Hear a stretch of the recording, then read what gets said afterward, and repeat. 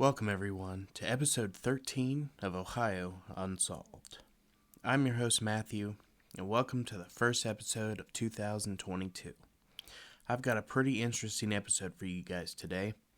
The first story I have is about the murder of Jack and Linda Myers. So let's just dive right into the stories. Sit back, make sure to lock your doors and windows, and get ready for Ohio Unsolved.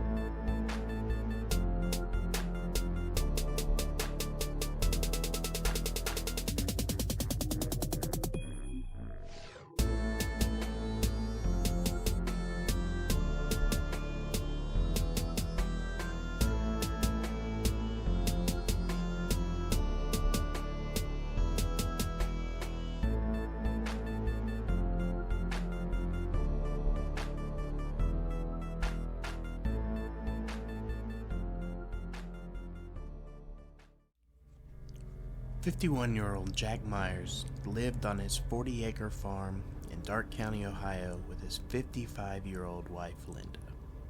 They both ran the farm, they owned and operated a local pizza shop, and they also rented out residential properties. They also helped raise their 4-year-old great-grandson, Damien. On March 27, 2003, they were both murdered. They were both shot with a shotgun at point-blank range while they slept. Their great-grandson, Damien, found them in the morning when he woke up. He then ran a mile down the road to a church where he attended daycare, covered in blood, and proceeded to tell them that his grandparents were melting. Once they figured out that it wasn't some kind of prank, the people at the daycare called the police and they raced to the scene. When the police arrived, they quickly found out what the young boy meant when they found the blood-soaked bodies of the couple still in their bed. Jack had been shot first, still asleep. Linda had been woken up by the gunshot and showed some defensive wounds and was completely unrecognizable due to the shot to her face. One of the police officers said that it was one of the most gruesome scenes he'd ever seen. The detectives began their search in and around the house and found that a window had been removed in the basement and a shoe print nearby. They also found that the phone lines had been cut and traces of blood in Damien's room shows that the killer had been in there. Damien had told the police that during the night he heard someone come up the stairs and enter his bedroom. He also told police that the stranger who entered his bedroom looked like a green monster, and the police suspect that the intruder was wearing green clothing. After talking to some neighbors, one told the police that she had noticed an unfamiliar minivan in the Myers driveway around 4 a.m. One peculiar thing the police noticed was that no cash or valuables had been touched. They decided that just in case they decided to come back and kill the young boy, they moved him into protective custody in an unknown location. They first looked at Damien's dad, Andrew Huffman, after the police found out that there was a custody dispute between him and Linda, where he had threatened her, but he was in Kentucky at the time of the murders, and his employer was able to vouch for his whereabouts. The next family member the police looked at was Travis, Jack's firstborn son. Jack and Travis had a fight over money at some point, and Travis moved to Arizona to try and put as much space between him and his father. But he had moved back to Ohio shortly before the murders, but he also had a solid alibi. The police then started to look at Jack's youngest son, Greg. Greg had no criminal record, and he got along great with his dad. In fact, he was even his dad's best man at his wedding. But reports from friends and family say that he had been repeatedly denied a loan by his father to save his home. Due to a bank foreclosure, he was scheduled to be evicted from his home the following month. Being the father of 2 small children, Greg was in a panic to find new housing for him and his children. It just so happened that Greg stood to inherit his father's home and the 40 acres that it sat on. The evidence against Greg began to pile up. A family friend named John Helmendaller quickly told the police that Greg had asked him where he could get a gun to shoot his father. Greg's girlfriend, Jennifer Brown, then told investigators that when she woke up the morning of the murders, Greg was already gone, which was weird for him to leave early for work because he also had an attendance problem as well as a substance abuse problem, which was previously unknown. But it was the physical evidence that really sealed the deal for them. A Walmart in town had receipts showing that he had bought ammunition and masking tape 2 days before the murder.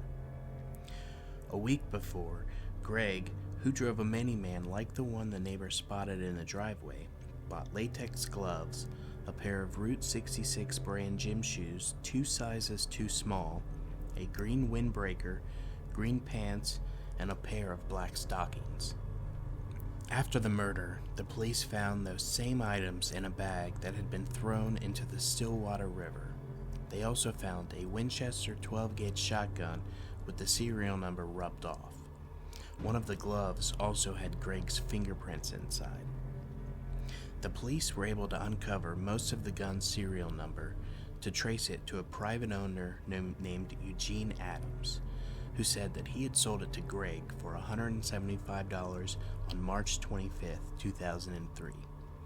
Greg was then arrested and bail was set at $500,000. The Darke County prosecutor offered him a deal that would take the death penalty off the table, but he would have to plead guilty to aggravated assault and 2 counts of aggravated murder. Greg declined and decided to take his chances at trial. After only 8 hours of deliberation, the jury convicted Greg on all counts. They did spare him the death penalty, but he was sentenced to life in prison without the possibility of parole, plus 5 years for aggravated burglary and 6 years for the use of a silencer. In 2006, Greg would file an appeal due to alleging unfair jury selection. The Ohio Supreme Court upheld his conviction. Greg currently resides in the Marion Correction Institution. Damien's mother, Amber, who regained custody of him shortly after the murders, went on to say that Damien suffered from nightmares for a few years of him being chased by a green monster, but he began to feel safer as time went on. He also got counseling to help cope with such a traumatic experience and is said to be in a much better place now.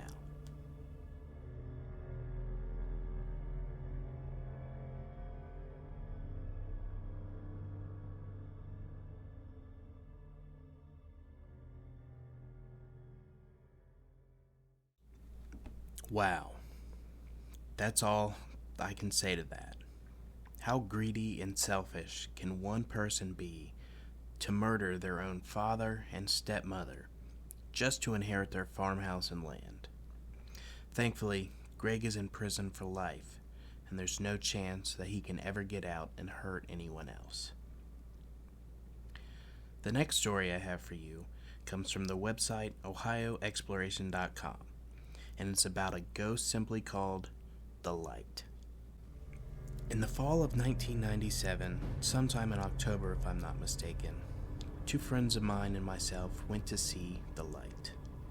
It was your typical fall night with weather in the low 50s and a light rain. It had been raining most of the day, either a steady or heavy rain. We made the journey, and at this time, the house where the girl lived was still standing. At the bend where the man had his accident, a house sits off to your left.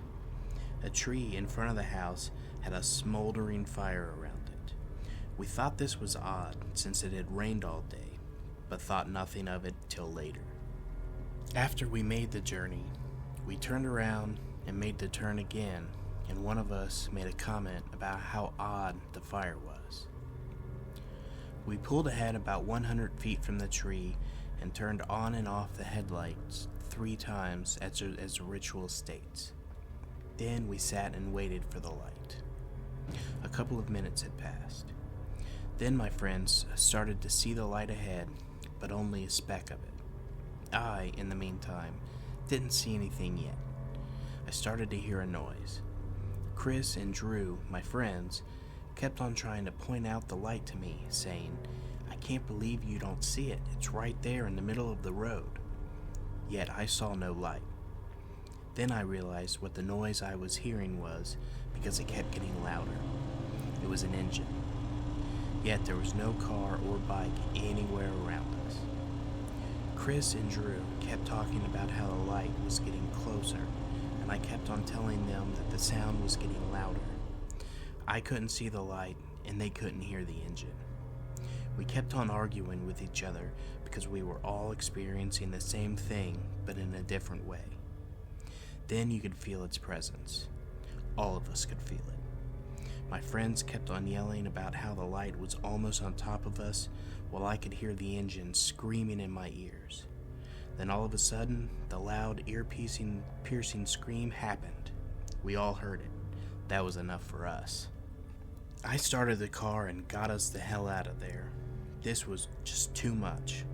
Halfway down Milford Road, Drew and Chris started to see the light was following us. I can now see the light in my rearview mirror. I started to go faster, around 60 miles per hour, which on this road in this condition was completely insane. But it didn't matter to us. We started to head back to Hamilton via State Route 73 to State Route 27.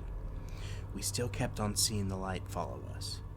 We turned left on the State Route 27, and I'm going as fast as possible with the roads and weather permitting. As we were going up State Route 27, we see the light zip across a plowed cornfield to our right. We then go over a hill, and that is the last we saw of the light. It wasn't until spring of the next year did we dare go back to see the light. That time was more than enough to last me for a lifetime. Yet even still, anytime I return back home to Cincinnati, I have to go see the light.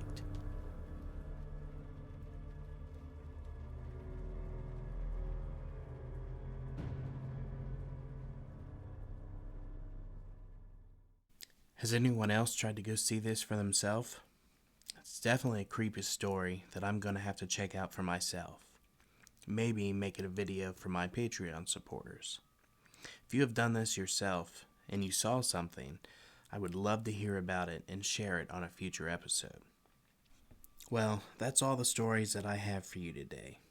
If you like what you hear, please rate and review on both Apple and now Spotify. A higher rating helps others to find this podcast. Also, don't forget to share with friends and family. Come join us on Facebook.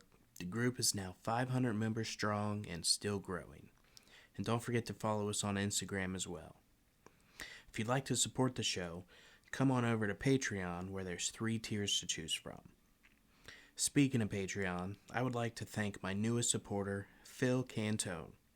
Thank you, Phil, for joining. Now go slay that bubble dragon. Also, thank you to Professor Jacket and Greg Hickey for continuing to be supporters. It truly means a lot to me that you're still with us.